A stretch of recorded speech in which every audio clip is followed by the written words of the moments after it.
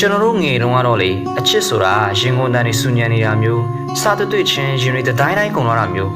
နေ့တိုင်းအသက်ဆန်းနေနဲ့ romantic ဆန်နေရတာမျိုးလို့ထင်ခဲ့ကြရမလားပန်းခိုင်တွေ surprise တွေချက်ချင်းတော့ brain ပြန်လာတွေပေါ့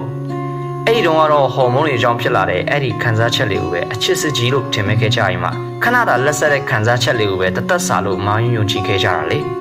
ဒါပေမဲ့အချိန်တွေကြာလာတော့လမ်းခွဲတာတွေရံဖြစ်တာတွေကိုက်ညီအောင်ညှိနှိုင်းရတယ်လို့ဖြတ်တန်းပြီးတဲ့နောက်မှာအဲ့လိုမီရှူမီပန်းလို့ဝုန်းကနေလင်းလက်သွားတဲ့ခံစားချက်တွေကတကယ်အချစ်စစ်မဟုတ်ဘူးဆိုတာကိုနားလည်လာတယ်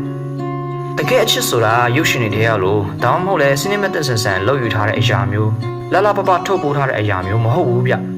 သူကတတွင်တွင်စီးဆင်းနေတဲ့ရည်စည်းကြောင်းလေးလိုပဲတည်ငြိမ်ပြီးနေ့စဉ်ဘဝရဲ့တာမန်အချိန်လေးတွေအပြန်လန်ယူဆိုင်မှုတွေထဲမှာပဲတိတ်တိတ်လေးကိန်းရောက်နေတတ်တာပါအချစ်စစ်ဆိုတာမပြီးပြည့်စုံမှုတွေကိုပါဖတ်တွေ့ထားနိုင်တာပါလူတိုင်းကကိုယ့်ရဲ့အလှပဆုံးအတောက်ပဆုံးအချိန်တွေကိုပဲချစ်ကြမှာပါဒါပေမဲ့တကယ်အချစ်စစ်ဆိုတာကတော့တင်းရဲ့အဆိုးရွားဆုံးပုံစံတွေပင်ပန်းနှမ်းနေတဲ့အချိန်တွေကိုမြင်ပြီးတဲ့တိုင်အောင်တင်းပေးမှဆက်နေပေးတာမျိုးပါတင်းရဲ့ဒေါသတွေအားနည်းချက်တွေကိုနားလည်ပေးတယ်သူနဲ့ရှိနေရင်တင်ဘာမှဟန်ဆောင်နေစရာမလိုတော့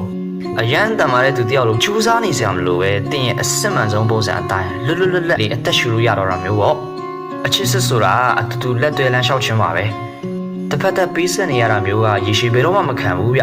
ကိုကသူ့အတွက်အလျှော့ပေးဖို့အသင့်ဖြစ်နေသလိုသူကလည်းကိုကိုမျက်နှာကိုလိုတာပေါ့ပြဿနာတစ်ခုဖြစ်လာရင်ရှောင်ပြေးတာစကားမပြောဘဲနေလိုက်တာမျိုးမဟုတ်ပဲကိုတွေအတူတူဖြေရှင်းကြမယ်ဆိုတဲ့စိတ်ဓာတ်မျိုးပါ